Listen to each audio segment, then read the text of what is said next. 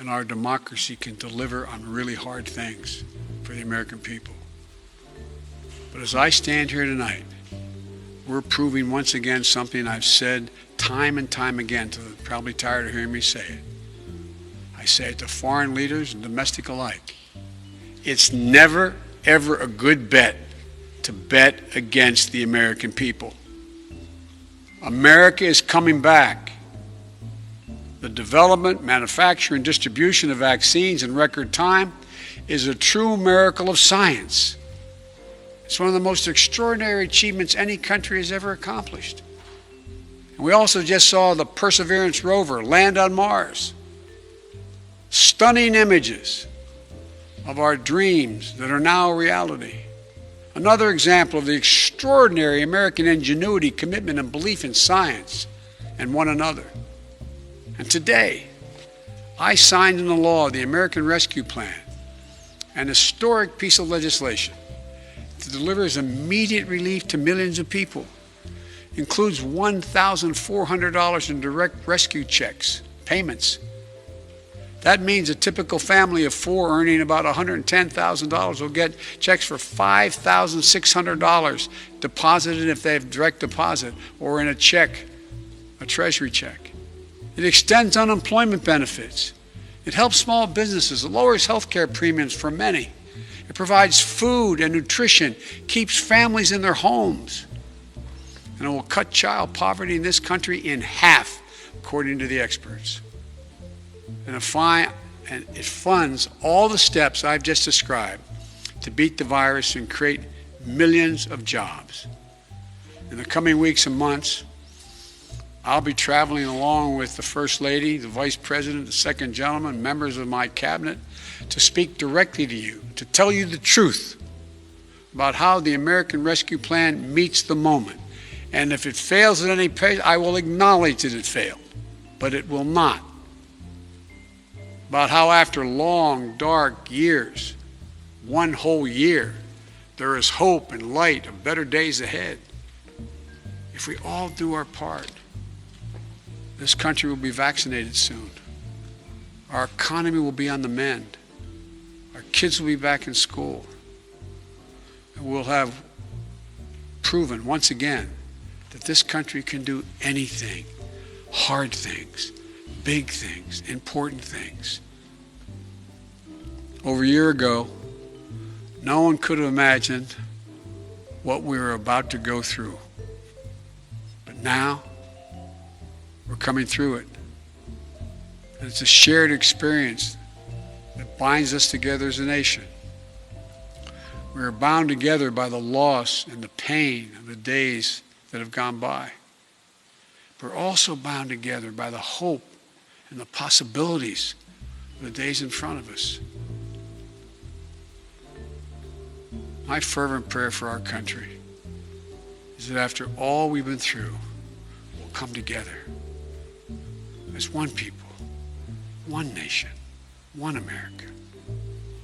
I believe we can and we will. We're seizing this moment.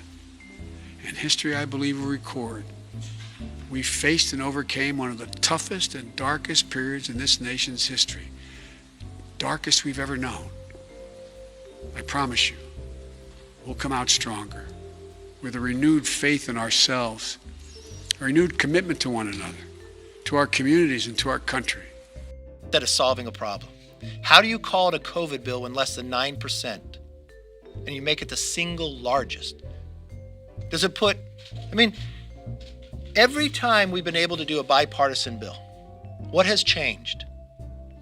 Administration. And now it's going to be singly one way.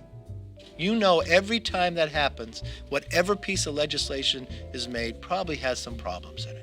And the only bipartisan vote here was against it. Yes, sir. Sure. You laid out some of the goals that you want to see: schools reopening, jobs coming back. I think even total skeptics look at the improving environment around the virus and think a lot of that stuff is going to happen. But do you worry that by voting no on this last bill, like the only people who can't take credit for that will be Republican lawmakers? No, we just passed 5 bills, and you just laid it out from the very beginning. Look how strong the economy is right now when people didn't think it would be. So you know the PPP program we created? Pretty good program, was it not? Providing the ability to get one. These states, when people thought they were going to have a lot less revenue, we just found out they don't. So why would you change the revenue function of how you provide money to the states simply based upon whether they're blue or red? Well, you're partisan.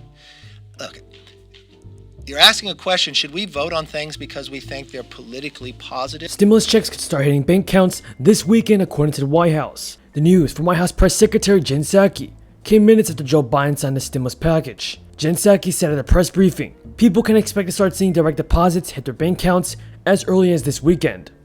Some Americans will receive a new stimulus check as soon as this weekend. This is of course just the first wave of stimulus payments. Jen Psaki added the next payments to eligible Americans will continue throughout the course of the next several weeks. Beyond the billions of dollars in funding for vaccinations, state and local governments, in other areas, the plan will send direct payments of up to $1,400 to the majority of Americans.